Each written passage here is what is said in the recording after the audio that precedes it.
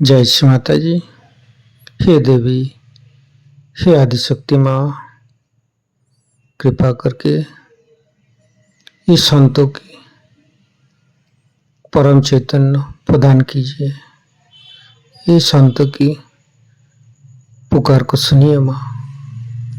हे देवी, कृपा करके ये ध्यान और मेडिटेशन के मंच पर सारे देव देवियों के साथ पधारिए और सभी संतों को परम चैतन्य प्रदान कीजिए। हे देवी, आज का ध्यान, आज का ब्रह्म मुहूर्त ध्यान आप खुद करा लीजिए। परम पूज्य श्री माता जी, आपके श्री चरण कमल पर कोटि कोटि नमन। कुंडली उठा के बंधन लेंगे।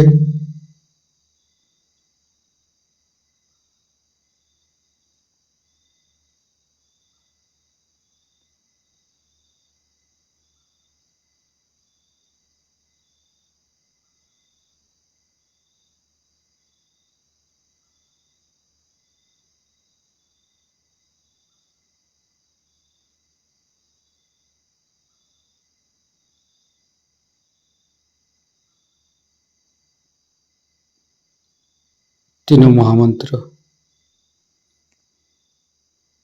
ओम तमेव साक्षात् श्री महालक्ष्मी महासरस्वती महाकाली त्रिगुणात्मिका कुंडली साक्षात् श्री आदिशक्ति माता जी श्री निर्मला देवी नमो नमः। ओम तमेव साक्षात् श्री कल्की साक्षात् श्री आदिशक्ति माता जी श्री निर्मला देवी नमो नमः। ओम तमेव साक्षात् श्री कल्की साक्षात् श्री सहस्रार स्वामिनी मोक्ष प्रदायिनी माता जी श्री निर्मला देवी नमो नमः। गणेश मंत्र। ओम तमेव साक्षात् श्री गणेश साक्षात् श्री आदिशक्ति माता जी श्री निर्मला देवी नमो नमः। दोनों हाथ खुला हुआ परम पूज्य श्री माता जी के सामने श्री माता जी के बिंदी को देखते हुए अपने मन के अंदर, अपने हृदय के अंदर अच्छे अच्छे चिंता लाते हुए परम पूज्य श्री माता जी कृपा करके आपके श्री चरण कमल की शीतलता हमारे हृदय पर प्रदान कीजिए। परम पूज्य श्री माता जी, हम अज्ञानी हैं, हमारी अज्ञानता के बस में यदि आपके शान के खिलाफ कोई गलती हुआ हो, कृपा करके आप मुझे क्षमा कर दीजिए माँ। अपना हृदय में परम पूज्य श्री माता जी की श्री चरण की शीतलता महसूस करते हुए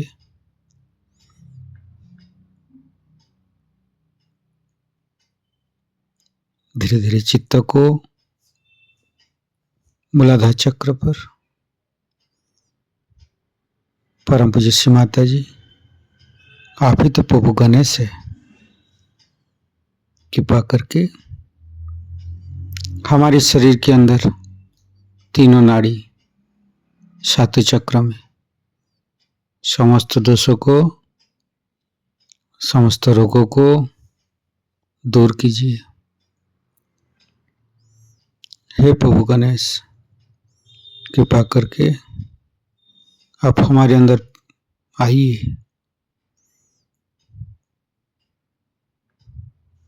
हे आदिशक्ति माँ, हम कभी अतीत में चला जाते हैं, कभी भविष्य में चला जाते हैं।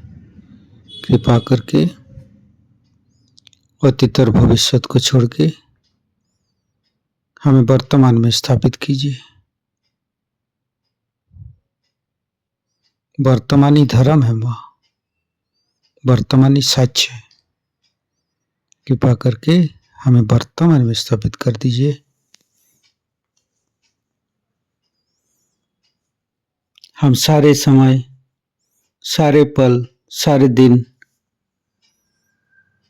परम चैतन्य माँ के साथ चलते रहते हैं। हमारे सांसें, हमारे जीवन, हमारे समय इस चैतन्य लहरी के साथ, इस चैतन्य लहरी की शक्ति से चलते हैं, जो कि हम सहयोग से ही श्री माता जी के पास से प्राप्त हुई है। धीरे धीरे चित्त को, तीनों स्वादिष्ठान को देखेंगे।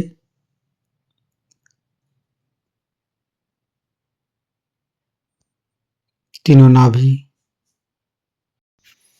लेफ्ट नाभि, परम पूज्य श्री माता जी, कृपा करके आप गृहलक्ष्मी जी के रूप में हमारे लेफ्ट नाभि पर आइए और समस्त दोषों को, समस्त रोगों को दूर कीजिए। लेफ्ट नाभि को सहस्त्रार के साथ जोड़ेंगे।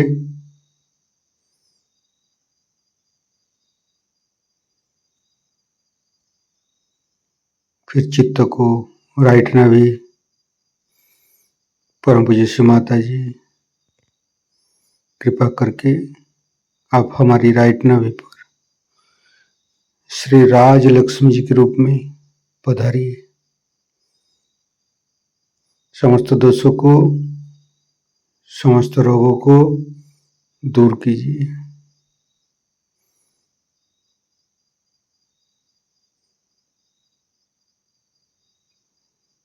फिर धीरे धीरे चित्त को मध्य नाभि, परम पूज्य श्री माता जी,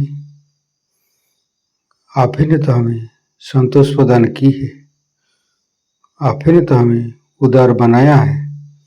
कृपा करके लक्ष्मी नारायण जी के रूप में हमारे मध्य नाभि पर आइए और चैतन्यित कीजिए। फिर धीरे धीरे चित्त को सहस्त्रार के साथ जुड़ेंगे।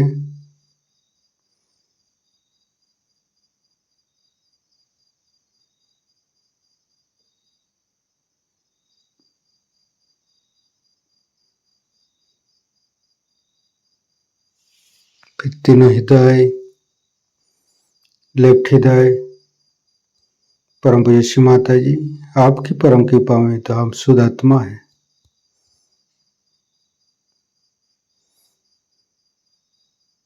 फिर राइट हृदय,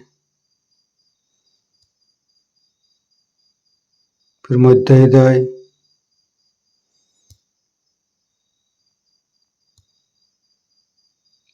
विशुद्धि, राइट विशुद्धि, लेफ्ट विशुद्धि, परम पूज्य श्री माता जी, आपकी परम कृपा में हम संपूर्ण निर्दोष है माँ।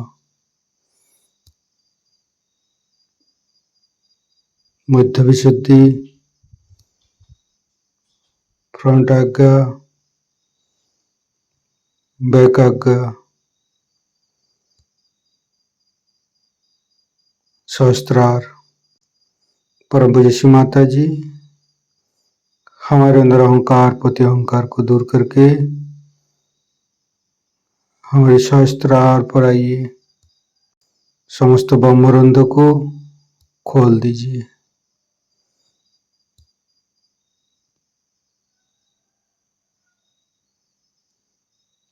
परम पूज्य श्री माता जी, हमें निर्विचारिता स्थिति ध्यान का सिद्ध दीजिए।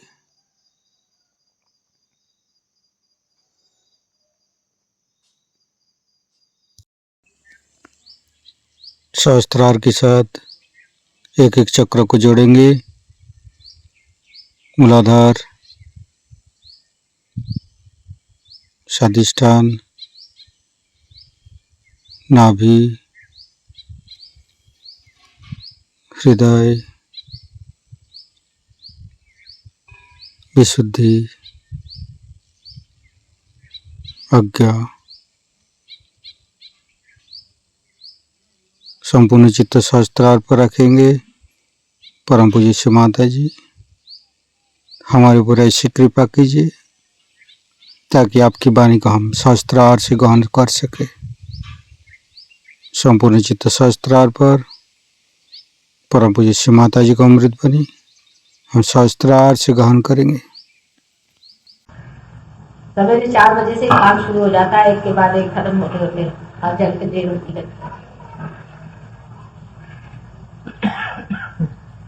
कल मैंने आपसे बताया था कि मैं आपको कुंडलिनी के बारे में बताऊंगी। ये सबको दिखाई दे रहा है क्या चार्ट? जिनको नहीं दिखाई दे रहा इस तरह से बैठ जाए, इधर आ जाए, जरा ठीक से बैठ जाए, जाइए इधर आ जाइए। जिनको नहीं दिखाई दे रहा जरा इधर से।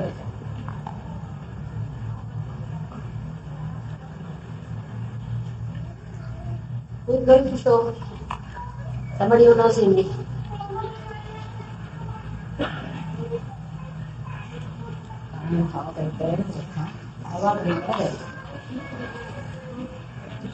खाना तो बड़ा भारा है।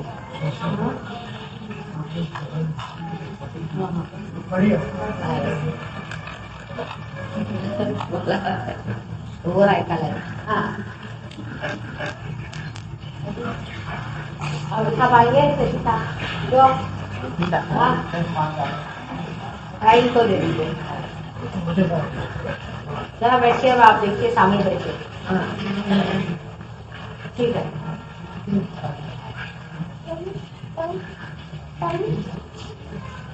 एक तरफ हो जाएगी।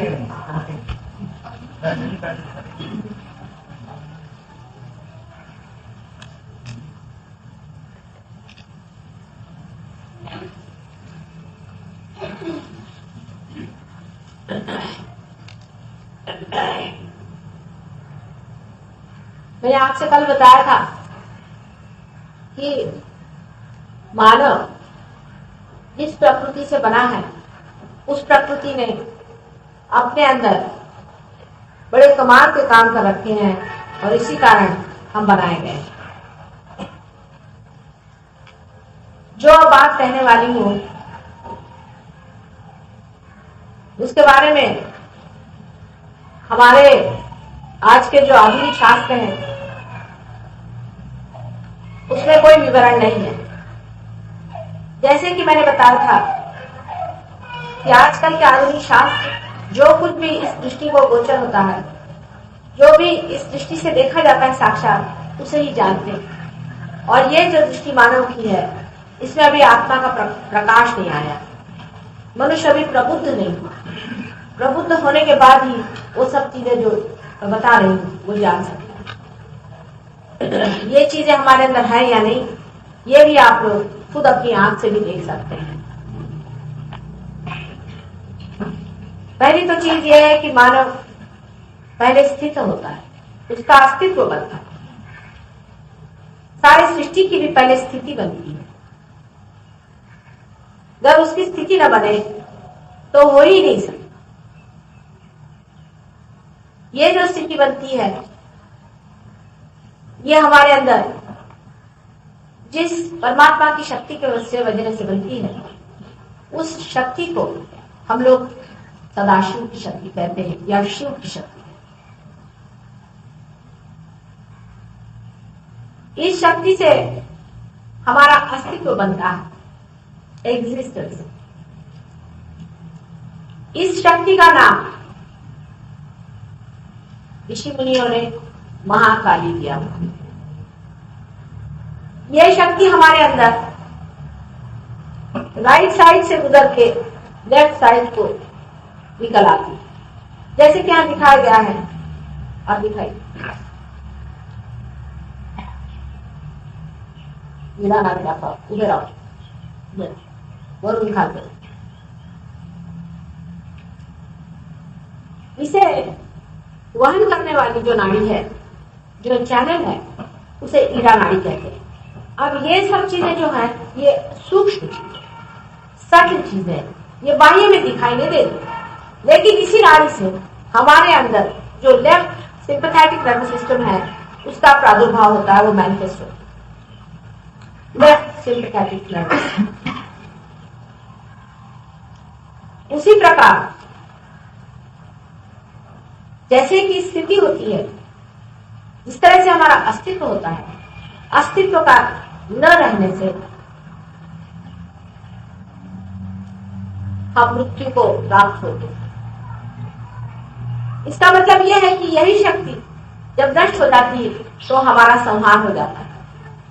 इसीलिए इसे बहुत से लोग संहार शक्ति के नाम से भी जानते हैं।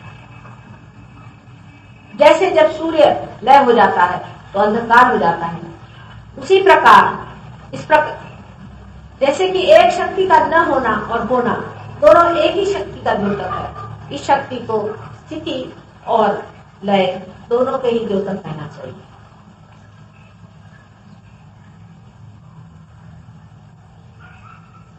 दूसरी जो शक्ति हमारे अंदर विचरण करती है, जिससे कि हम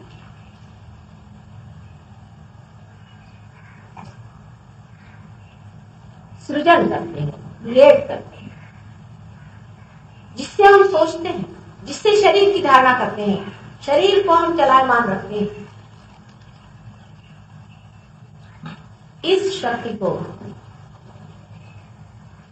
ब्रह्मदेव की शक्ति कहते हैं। और इस ब्रह्मदेव की शक्ति का नाम है महासरस्वती। यह शक्ति हमारे, मैं इसके अंग्रेजी में कह रही हूं कि हिंदी भाषा में इसका कंफ्यूजन हो जाता है लेफ्ट साइड पे। यह हमारी लेफ्ट साइड से गुजर के और राइट साइड में आ जाती है।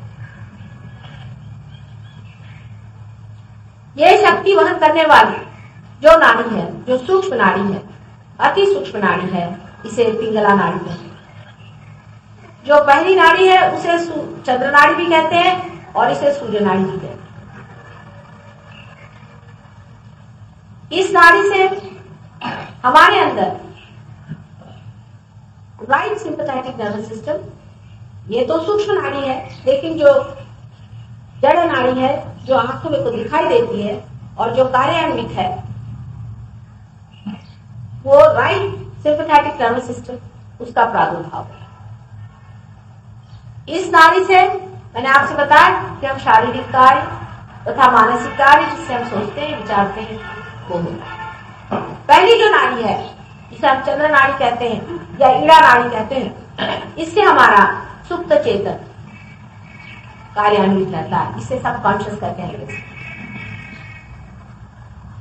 जैसे आज आप मेरी बातचीत सुन रहे हैं, इस वक्त आप वर्तमान में मेरी बात सुनते हैं और फौरन उसे सुप्त चेतन में डाल देते हैं। कॉन्शियस माइंड से आप सुन रहे हैं और कॉन्शियस माइंड से आप सबकॉन्शियस में से डाल देते हैं, और इसी मन की वजह से आपके अंदर संस्कार होते हैं, चाहे वो सुसंस्कार हो चाहे वो कुसंस्कार हो, जिसे कंडीशनिंग अंग्रेजी में कहते हैं। इसी से हमारा गत होता है, भव होता है, माने जो कुछ हमारी बीत गई पास्ट वो होता है। इसे हम भूतकाल है। सारा जो कुछ बीत गया है वो हमारे इसी नाड़ी के कारण संग्रहित होते रहते हैं, और उसी का बहुत ही अति सूक्ष्म रिकॉर्डिंग या संकलन इस कुंडलिनी में होता है। कुंडलिनी शक्ति ये महाकाली शक्ति का ही अवशेष है। सदाशिव की शक्ति जो है ये हमेशा स्थित है, जैसे कि एक बीज होता है। इसी बीज में से ये दोनों शक्तियां जागृत होती हैं और अंत में इसी में लय हो जाती है और इसीलिए उसे सदाशिव है, क्योंकि वो शक्ति हमेशा स्थित रहती है। उसमें से दूसरी शक्तियां जागृत होकर के फिर उसी में लयमान हो जाती है। इसके अलावा बीचों बीच हमारे अंदर एक और शक्ति निहित है, जिसे वहन करने वाली नाड़ी को सुषुम्ना नाड़ी ऐसे कहते हैं। कोई सुषुम्ना कहते हैं, कोई सुषुम्ना कहते हैं, तरह तरह के इसके प्रोनाउंसिएशन है, लेकिन सुषुम्ना इसका सही माने में प्रोनाउंसिएशन है, जो कि आप मंत्र में भी उच्चारण कर सकते हैं। यह सुषुम्ना नाड़ी जो है ये वहन करती है हमारी उत्क्रांति की क्रिया, इवोल्यूशनरी प्रोसेस। इसी नाड़ी के कारण हम अमीबा से इंसान बने। इन तीनों नाड़ियों से भी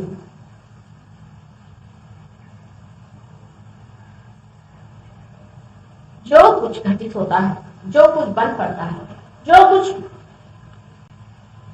जीव हासिल करता है, जो कुछ पाता है, वो हमारे सेंट्रल नर्वस सिस्टम में रहता है, जो पीछे की ओर हमारे दिमाग से नीचे की ओर उतरती है। आज जो मानव की चेतना है, जैसे आज आप हैं, वास्तविक में जो आपने पाया हुआ है वो आपके सेंट्रल नर्वस सिस्टम में, आपके कॉन्शियस माइंड में पूरी तरह से स्थित है। इस प्रकार मैंने आपसे 4 संस्थाओं के बारे में बताया। जो मध्यवर्ती संस्था है इसको हम श्री विष्णु की शक्ति कहते हैं। श्री विष्णु की शक्ति से पहले तो धर्म की धारणा होती, धर्म की धारणा से ही उत्थान बनते जाते। जैसे कि एक आप केमिस्ट्री का पीरियोडिक टेबल देखें तो आप समझ सकते हैं कि किस खूबी से सारे जितने भी एलिमेंट्स हैं उनको परमात्मा ने किस खूबी से उनको व्यवस्थित रूप से रचा, और उसकी अलग अलग शक्ति कही है या धर्म धारणा उनको दी हुई है। उनके 8 वैलेंसीज होती हैं और ये सब कुछ आप किसी भी मेडिकल या किसी भी केमिस्ट्री वाले से पूछ सकते हैं। और ये 8 वैलेंसीज में से किसी के पास में 4 होती है पूरी या 8 पूरी होती है जो संपूर्ण होते हैं, और किसी के पास 1 या 2 या 3 की कमी या जाति होने के कारण ही उनका जो कुछ भी व्यवहार है वो होते रहता है। ये बहुत ही खूबी से बनाई हुई चीज है। ये भी धारणा, ये भी धर्म धारणा, ये भी विष्णु तत्व से ही होती। जैसे कि सोने की धर्म धारणा है कि वो कभी भी खराब नहीं होता, काला नहीं होता, अंटाविष बनेगा। ये भी धर्म धारणा विष्णु तत्व से। ये विष्णु तत्व हमारे अंदर नाभि पर जागृत है। जब ये तत्व खराब हो जाता है तब हमारी उत्क्रांति रुक जाती है। यही तत्व हमें अधिकतर सहयोग में, व्यवहार में लाना है और इसी के बारे में हमें ज्यादा विचारणा करनी है। मैंने आपसे पहले बताया है कि कुंडलिनी जो है ये महाकाली की शक्ति का अवशेष या रेसिडुअल कॉन्शियसनेस। इसमें जो कुछ हमने आज तक किया हुआ है, जो गलतियां की हो, जो पुण्य संपदा की हो, जिस तरह से भी हमने जो कुछ पाया हुआ है, जो कुछ भी हमारे संस्कार, चाहे कुसंस्कार है चाहे सुसंस्कार हो, हर कुछ हमारी बीमारियां, हमारी तकलीफें इस जन्म और अनेक जन्मों सारी की सारी इसमें संकलित है। और यही आपकी मां जो ये सारे ही संस्कार आपके अंदर समाये हुए आपके साथ विचरण करती है। इसीलिए इसे हम सहयोग कहते हैं, क्योंकि ये आपके त्रिकोणाकार अस्थि में 3.5 कुंडल होंगे, स्थित होंगे। ये 3.5 क्यों हो चुके हैं वगैरह का भी बड़ा भारी गणित है। अगर उत्तर भी मैं बोलने लगूं तो एक इसके लिए दूसरा तो गणित पर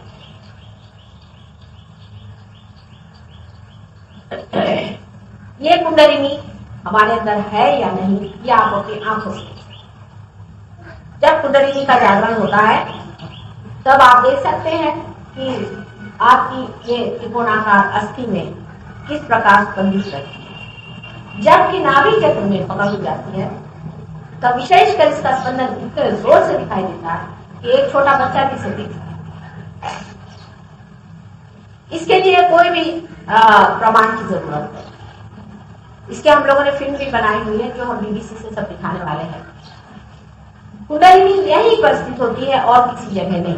अब आप पढ़िए कोई किताबें हैं, एक एवन साहब ने इतनी बड़ी किताब कुंडलिनी की लिखी है, उनको अभी तक ये भी पता नहीं एग्जैक्टली कहाँ कुंडलिनी, फिर लिखते क्यों? इतनी बड़ी किताब लिखने का उनको किसने अधिकार दिए? तो फिर वो अंग्रेज हो गए। इसका मतलब ये थोड़ी है कि आप जो चाहे सो लिखिए। किताबें पढ़ के और अनुभव के बगैर, देखे बगैर ही उन्होंने लिख दिया कि कुंडलिनी शायद पेट में होती है और या तो शायद उससे कुछ नीचे होती है और या तो सीट पर होती है। परमात्मा की जितनी भी चीज बनाई हुई है उसमें इतना सा भी इधर से उधर नहीं होता, सबसे एक रही है। ये उसमें कंफ्यूजन तो मनुष्य के दिमाग में होते हैं कि यहाँ है कि वहां है कि ये है। परमेश्वर में जहां जो चीज बनाई वो वही होगी और कहीं नहीं होती। ये आप अपनी आंख से देख सकते। ये त्रिकोणाकार अस्थि में बैठी हुई कुंडलिनी अनेक जन्मों से आपके साथ विचरण करती है। मृत्यु के बाद भी आप ही के सर पे मंडराती रहती है और जैसे ही आप जन्म लेते हैं फिर से आप ही के अंदर प्रवेश करके उन्हें स्थित होता है। मृत्यु होना और फिर से जन्म लेना ये भी एक बड़ा भारी चयन का कार्य है। उसके बारे में बताने के लिए एक बड़ा भारी लेक्चर देना है। लेकिन हमारा मृत्यु से कोई संबंध इस वक्त नहीं है। आज वर्तमान प्रेजेंट से हमारा संबंध है और उसी के बारे में हम बात करेंगे। जैसे कि लेफ्ट साइड की ईड़ा नाड़ी हमारे सबकॉन्शियस से मतलब रखती है, हमारे पास से मतलब रखती है, उसी प्रकार राइट साइड की जो नाड़ी है जिसे पिंगला नाड़ी कहते हैं वो हमारे फ्यूचर से संबंध रखती है, भविष्य से संबंध रखती है। और जो बीचों बीच हमारी जो नाड़ी है वो आज से, वर्तमान से, इस क्षण से।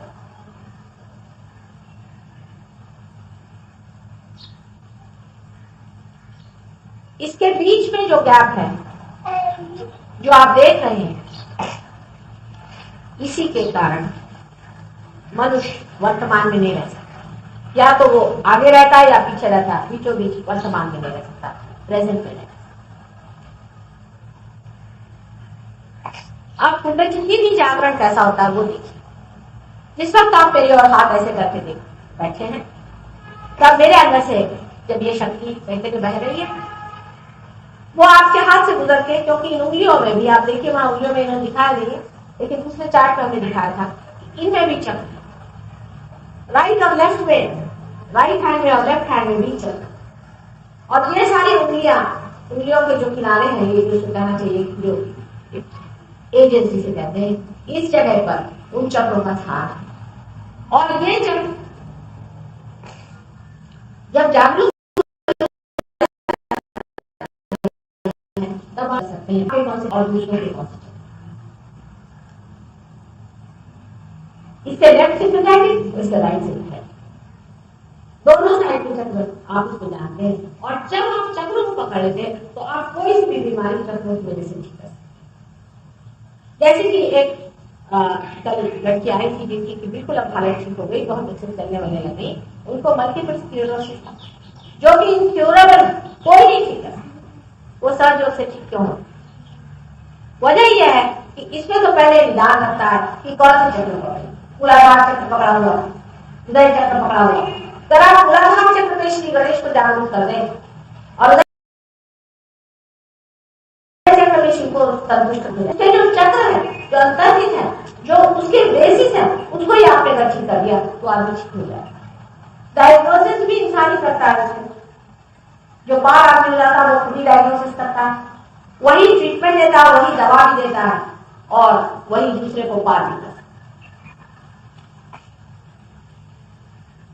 जो सबसे पहला चक्र है वो कुंडलिनी के नीचे है। इसे बहुत समझ से परमात्मा ने वहां रखा। ये चक्र जो है बंद था लगा। ये चक्र श्री गणेश के कारण शोभित है। इस चक्र का नाम मूलाधार चक्र है और उससे ऊपर मूलाधार है। त्रिकोणाकार अस्थि को मूलाधार कहते हैं, कोई लोग उसको कुंड कहते हैं, विद्याभर के नाम से। पर मूलाधार चक्र में श्री गणेश जी करते हैं। और ये जो मूलाधार चक्र है इसको समझ लेना बहुत बहुत जरूरी है कि इसी से हमारा सेक्स भी संचालित है। और उस पर श्री गणेश को बिठा दिया। श्री गणेश एक अबोध बालक है, इसलिए उनको वहां बिठाया, क्योंकि वो इतने पवित्रतम है कि उन्हें कोई भी गंदगी नहीं छू सकती, इसलिए उनको बिठाया है। क्योंकि छोटे बालक में इतनी अबोधिता होती है, कहना चाहिए इनोसेंस होता है, कि वो ही सब चीजों से परे होता है, इसलिए श्री गणेश वहां बिठाया। श्री गणेश वहां बैठकर जो कुंडलिनी गौरी स्वरूपा है, माने वो विवाहिता तो है पर अभी पति से मुलाकात नहीं हुई, अभी वर्जिन है। वर्जिनिटी में ही उसने अपने गणेश को बनाकर दिखाया। देखिए कितनी सुंदर इसकी व्यवस्था है। और वो वहां बैठी हुई पति के इंतजार में, शिव से मिलने के इंतजार में, उसकी लज्जा रक्षा के लिए, उसके प्रोटोकॉल के लिए श्री गणेश वहां बिठाए। अब इस पर मैं आपसे ये बताऊंगी कि तांत्रिकों ने क्या गलती कर। इस वजह से कि मैं मां हूं, मैं ये नहीं कहूंगी कि जानबूझकर ठीक नहीं था, क्योंकि यह महापाप हो जाता है, लेकिन गलती से ही हो सकता है कि शुरुआत में जब उन्होंने मनन शुरू किया तो इतने शुद्ध मन न होने के कारण हो सकता है कि श्री गणेश की सोच को ही उन्होंने कुंडलिनी समझा होगा, और इस वजह कुंडलिनी का स्थान इस जगह माना होगा जहां हम लोग चक्र की धारणा करते हैं, जहां श्री गणेश है वहां कुंडलिनी नहीं। और इसीलिए उन्होंने ऐसी थ्योरी निकाली हो कि सेक्स करने से कुंडलिनी ऊपर चढ़ती है। शुरुआत में शायद ऐसी गलती हो गई हो सकता है, क्योंकि माँ के रिश्ते में मैं पूरी तरह से उनको दोष नहीं दिया, वो भी मेरे बच्चे ही हैं। लेकिन इससे बढ़ के और कभी भी कोई गलती इंसान ने नहीं।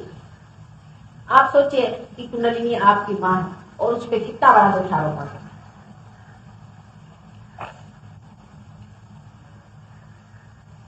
लेकिन इस गलती को लेकर सारा तांत्रिक समाज तैयार हो गया। छठी सेंचुरी में, छठी शताब्दी में अपने देश में तो हाहाकार मचा देता था, और सारे राजे महाराजे जो कि गंदगी के बिल्कुल मैले कुचेले जीवन से प्लावित थे, उन्होंने इसको और भी राजाश्रय दे देकर इतनी बुरी हालत कर दी कि हमारे सारे शिल्प कलाओं में, यहाँ तक कि हमारे शास्त्रों में इन्होंने अपना हाथ दखल कर दिया। इन्होंने यहाँ तक कहना शुरू कर दिया कि शिव और शक्ति ये भी सब लैंगिक थी, और ऐसा कहना शुरू कर दिया कि अश्वमेध यज्ञ भी एक लैंगिक थी। जिस आदमी की आंख सावन में अंधी हो जाती है उसको सभी हरा दिखाई देता। इतने ऊंचे पवित्र परम तत्व को उन्होंने लाकर के बिल्कुल मिट्टी में खाया। तांत्रिक तो असल में हम हैं, क्योंकि हम तंत्र को जानते और हम तंत्र चलाते हैं। यही आपका तंत्र है जिसे कुंडलिनी कहते हैं। लेकिन इन दुष्टों ने अपना नाम तांत्रिक रख लिया। ये तो ऐसा हुआ कि कोई चोर आकर के कहे कि मैं राजा, और इसी विधा के कारण मनुष्य को यही नहीं समझ में आता है कि कुंडलिनी का नाम लेते ही माता की पवित्रता की बात कैसे करती है। कुंडलिनी जो कि ये पवित्र तब चीज है, उसका संबंध पवित्रता से लगाने पे ही लोग चौंक जाते हैं। कितना अंधकार।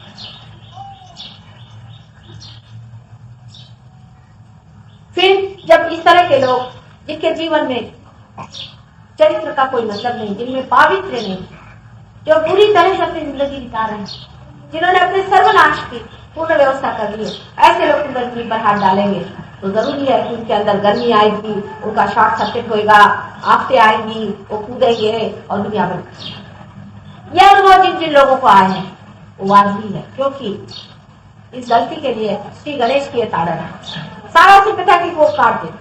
हमने ऐसे ऐसे लोग देखे हैं कि जिनकी कुंडलिनी जब लोगों ने चढ़ाई तो यहां से लेकर यहां तक पूरे बिस्तर आए, कुंडलिनी चढ़ी नहीं थी, वो तो सिंपैथी का रिएक्शन आ गया, जो कि दोनों साइड में वहां से गुजर रही है। आप देखें,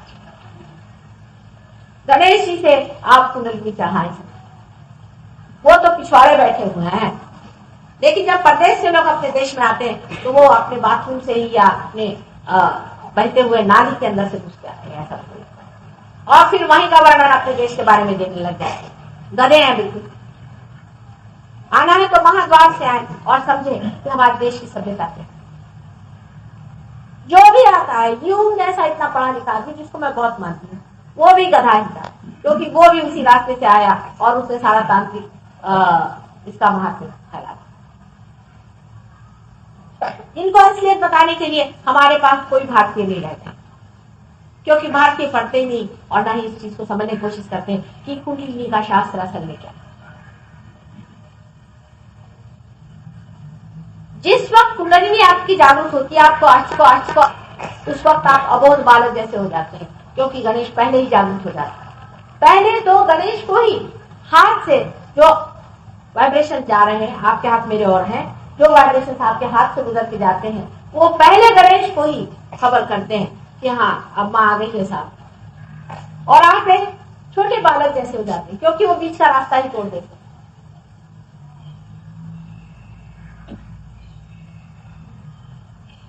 उसके बाद ही कुंडलिनी उठती। जब तक गणेश सैंक्शन नहीं करेंगे तभी कुंडलिनी उठती। अगर आप बिल्कुल ही अपवित्र आदमी होंगे तो कुंडलिनी उठ नहीं सकती, या किसी ने आपके मूलाधार पे आघात किया होगा तो भी नहीं। अधिकतर आजकल के गुरु यही धंधा कर, आपकी कुंडलिनी को ये लोग तोड़ते हैं। मुझसे लोग बहुत नाराज होते हैं जब मैं गुरुओं को बुरा भला कहती हूँ। माता जी मत, क्या मैं उनके गले में हार पहना और उनकी आरती उतारूं जो आपकी कुंडलिनी को तोड़ते, जो आपके पुनर्जन्म होने का सारा ही संसार तबाह कर देते हैं और आपको उससे वंचित कर लेते हैं जो आपका अपना अधिकार है।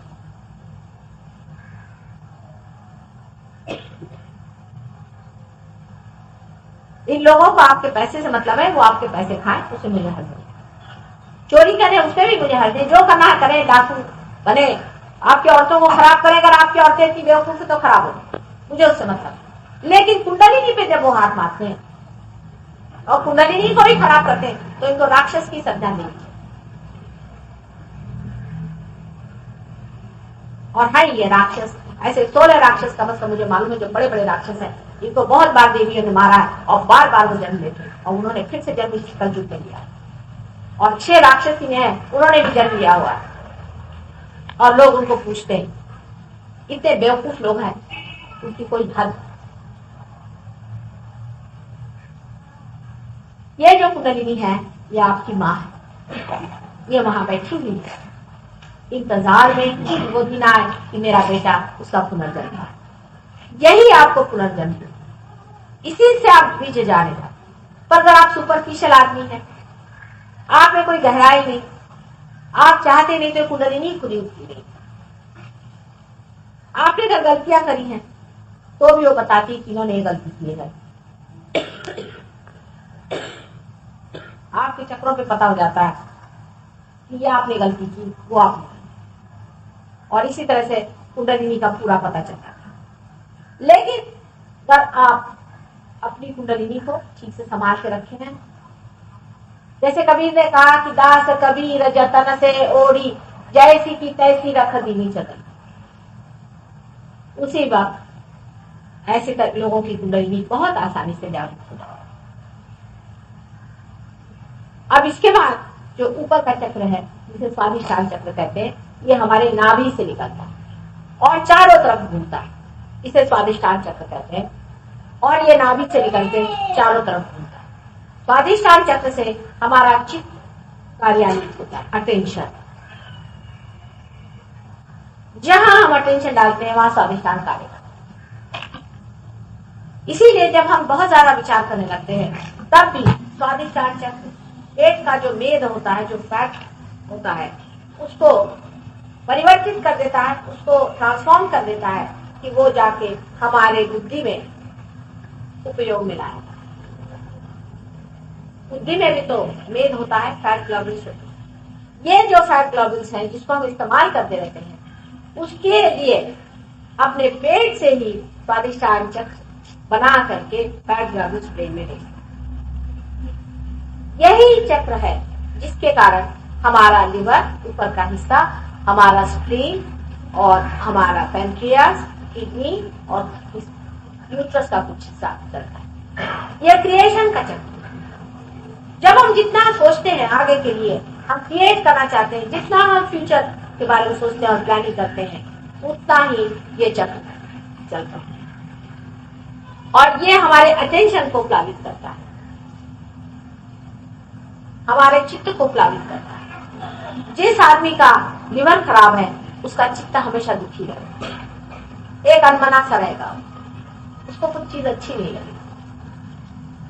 इसका दोष नहीं, क्योंकि उसको लिवर उसका ठीक नहीं है, इसीलिए उसे लिवर कहते हैं कि आप लाइफ लिवर से संबंधित। उसी प्रकार जो आदमी बहुत ज्यादा सोचता है और बहुत ज्यादा प्लानिंग करता है, उसका भी स्वादिष्टान चक्र खराब हो जाता है, क्योंकि या तो वो सोचने का काम करे और वहां पर अपना वो ब्रेन जो है, ब्रेन के लिए सप्लाई करता है बेचारा, और या तो इन सब ऑर्गन्स को देखे। उसमें से जो पैंक्रियास है, ये जब खराब हो जाता है तो आपको डायबिटीज की बीमारी हो जाती है।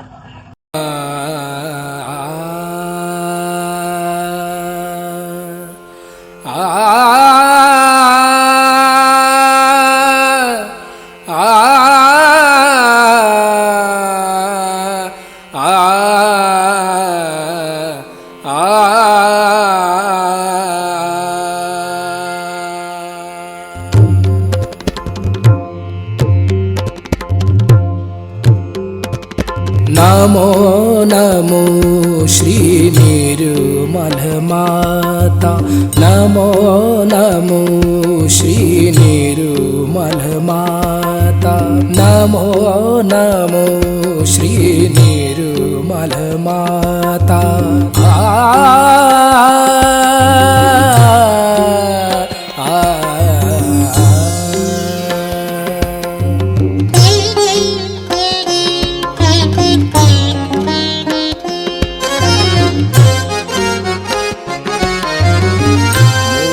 मोक्षदायिनी हे परमेश्वरी, मोक्षदायिनी हे परमेश्वरी, मोक्षदायिनी।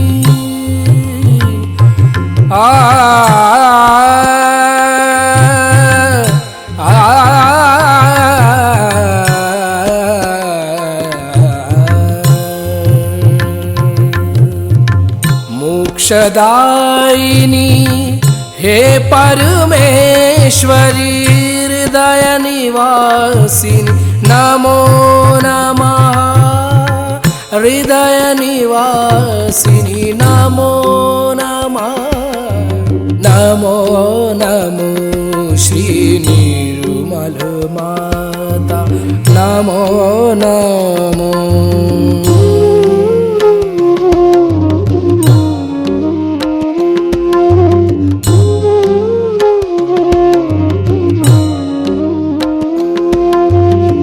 सहस्त्र कमल पर तुझको पाया, सहस्त्र कमल पर तुझको पाया।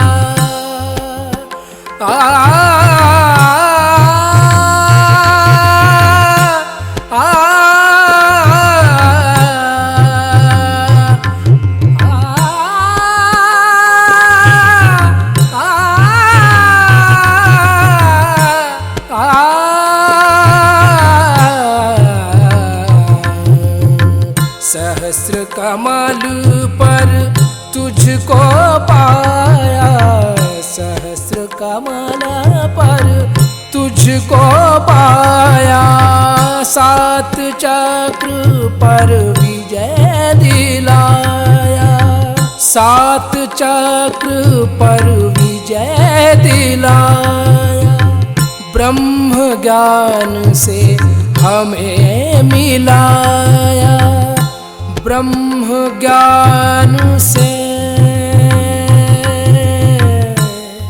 ब्रह्म ज्ञान से, ब्रह्म ज्ञान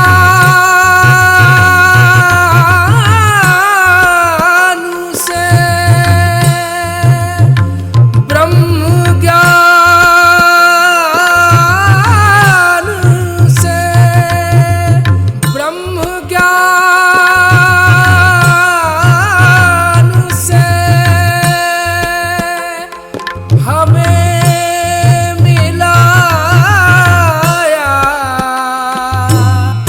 नमो नमो श्री निर्मल माता, नमो नमो श्री निर्मल माता, नमो नमो श्री निर्मल माता, नमो नमो श्री निर्मल माता, नमो नमो, नमो नमो, नमो नमो।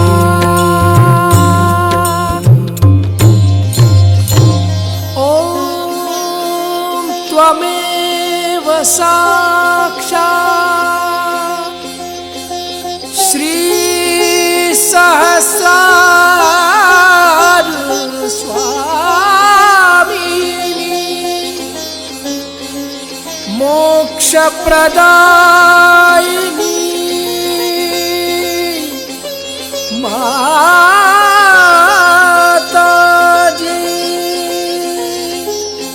श्री निर्मला देवे नमो नमः, नमो नमः, नमो नमः। संपूर्ण ध्यान का स्थिति,